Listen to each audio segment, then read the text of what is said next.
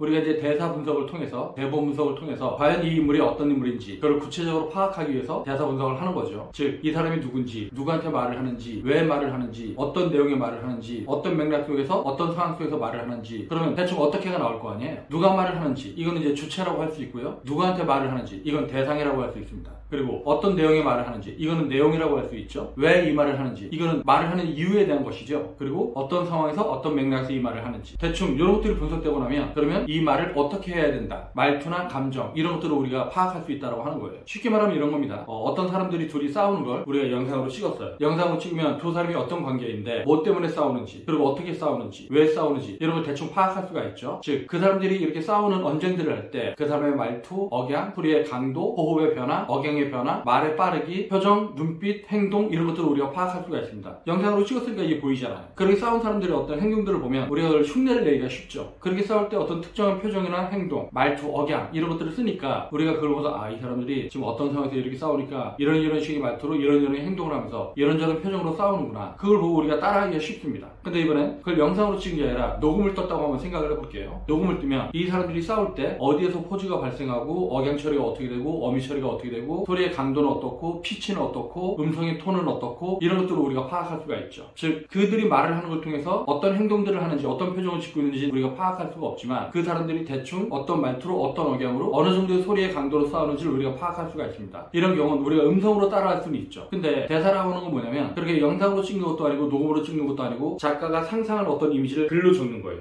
글로 쭉 적어 놓습니다. 그렇다 보니까 우리가 좀 아까 얘기했던 영상으로 찍었을 때 보여지던 어떤 표정이나 행동, 몸짓, 손짓, 이런 것도 우리가 파악할 수가 없어요. 그리고 그들이 어떤 말투로 싸웠는지, 어떤 억양 처리, 어떤 어미 처리, 그리고 어떤 음성의 톤으로 싸웠는지, 이런 것들은 우리가 파악할 수가 없습니다. 하다못해 녹음을 했었을 때 알 수 있었던 어떤 음성적인 특징들, 이것도 우리가 파악할 수 없단 말이죠. 그래서 이게 이제 글로 써 있으니까, 하얀 백지 위에 까맣게 글로 써 있으니까 우리는 이 글의 맥락, 글의 흐름, 이것들을 통해서 이 사람이 누구고, 누구한테 말을 하는 거고, 왜 이 말을 하는 거고, 어떤 내용의 말을 하고 있는 것이고, 그래서 어떻게 말을 하겠다, 이것들을 파악을 해야 됩니다. 이것들을 파악하기 위해서 우리가 이제 분석을 하는 거죠. 즉, 분석이라고 하는 건 어떤 한 인물 아니면 어떤 한 상황을 우리가 통으로 알 수가 없으니까 그것들을 일단 이해하기 쉽게끔 내가 낱개로 짝해서 분석적으로 이제 파악을 하는 거예요. 그런 것들을 파악함으로써 우리가 자연스러운 연기를 할 수 있고 인물을 구체적으로 표현할 수가 있는 거잖아요. 근데 그런 것들이 제대로 파악되어 있지 않으면 우리가 살아있는 인물을 연기할 때 구체적으로 연기하는 게 아니라 막연하게, 추상적으로, 애매모호하게 그렇게 연기를 하게 되거든요.